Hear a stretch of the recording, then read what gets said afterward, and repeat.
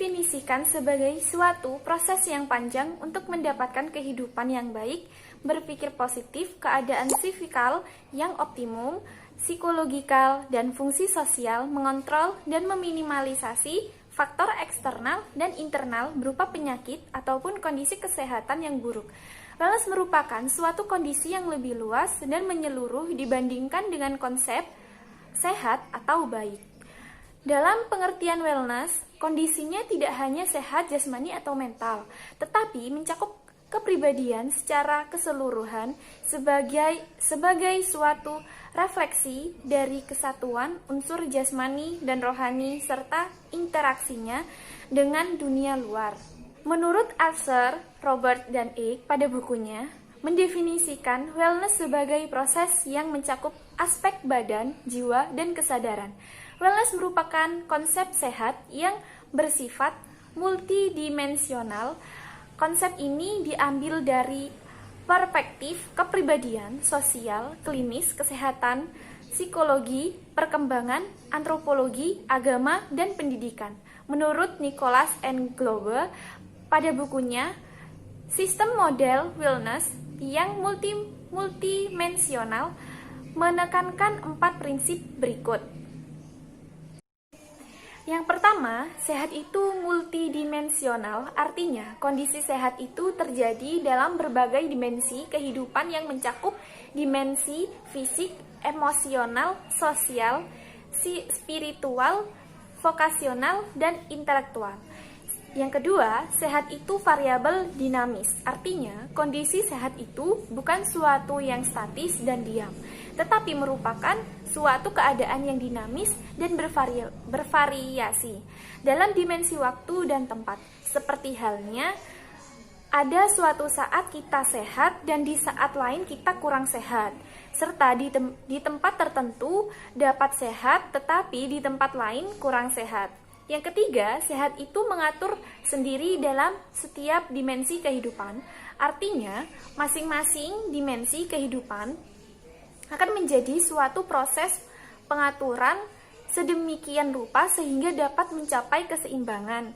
Keadaan kurang sehat dan suatu dimensi, misalnya dalam aspek fisik.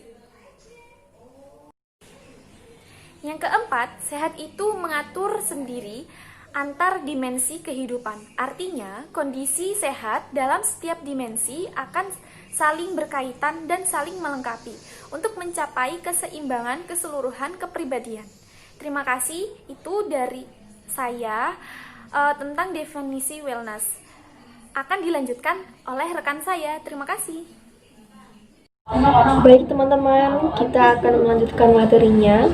Materi selanjutnya adalah tentang karakteristik wellness. Di sini, karakteristik orang yang sehat menurut konsep wellness dengan model holistik multidimensional digambarkan dengan gambar Wheel of Wellness. Wellness ini dinyatakan dalam 5 tugas kehidupan. Yang pertama adalah spiritualitas, yang kedua pengarahan diri, yang ketiga pekerjaan dan penggunaan waktu luang, yang keempat persahabatan, dan yang kelima adalah cinta. Baiklah, sekarang kita akan menjabarkannya satu per satu. Yang pertama adalah tugas hidup spiritualitas. Di sini spiritualitas didefinisikan sebagai tugas hidup yang pertama, paling utama, dan menjadi titik sentral dari kesempurnaan wellness. Tugas ini mempunyai dimensi religiusitas, kehidupan damai, makna dan tujuan hidup, optimisme, antisipasi untuk masa depan, dan nilai-nilai untuk membimbing hidup dan pembuatan keputusan. Tugas yang kedua adalah pengarahan diri.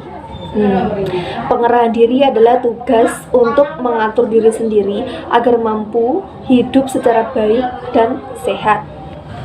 Dalam tugas kehidupan yang ini mencakup 7 komponen. Yang pertama adalah mewujudkan dan mempertahankan harga diri. Yang kedua adalah pengendalian diri. Yang ketiga, keyakinan yang realistik. Yang keempat, kesadaran emosional dan coping. Yang kelima, pemecahan masalah dan kreativitas. Yang keenam, mempunyai rasa humor. Yang ketujuh, nutrisi.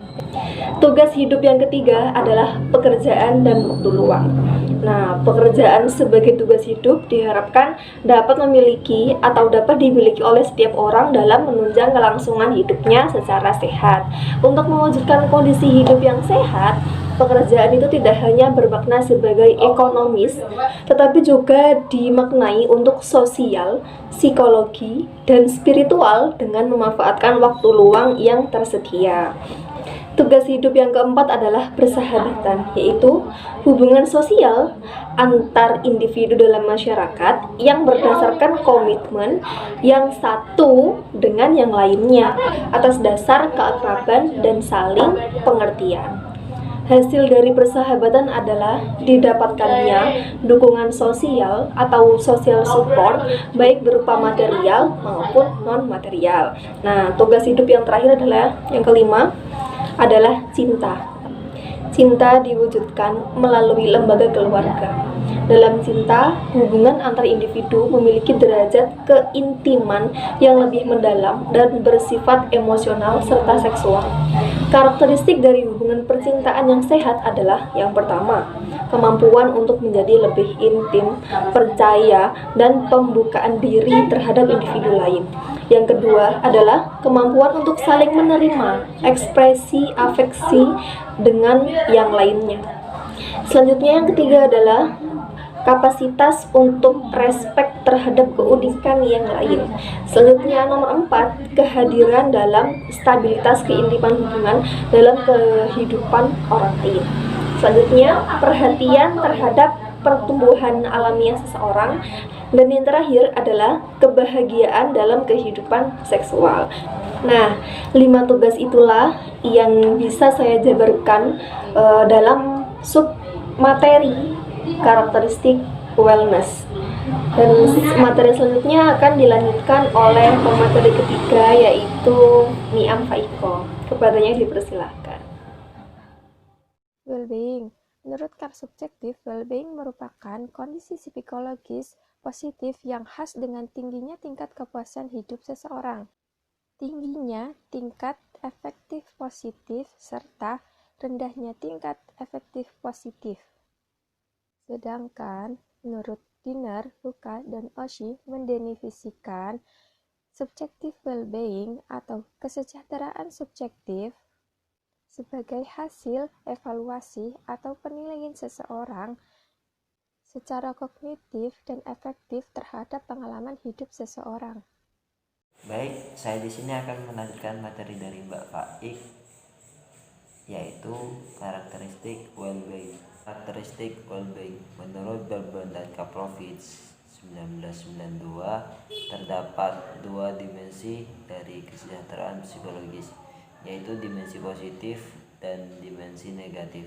Dimensi positif dari kesejahteraan psikologis adalah merasakan kesenangan karena dapat menyelesaikan suatu tugas tertentu, memiliki penghargaan diri, memiliki gairah hidup dalam kondisi puncak, dan mengetahui apa yang akan dikerjakan.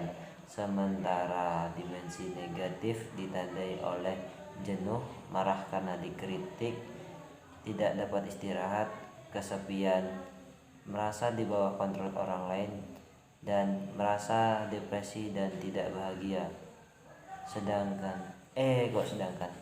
Next. Konsekuensi dari kesejahteraan psikologis memiliki dua dimensi juga.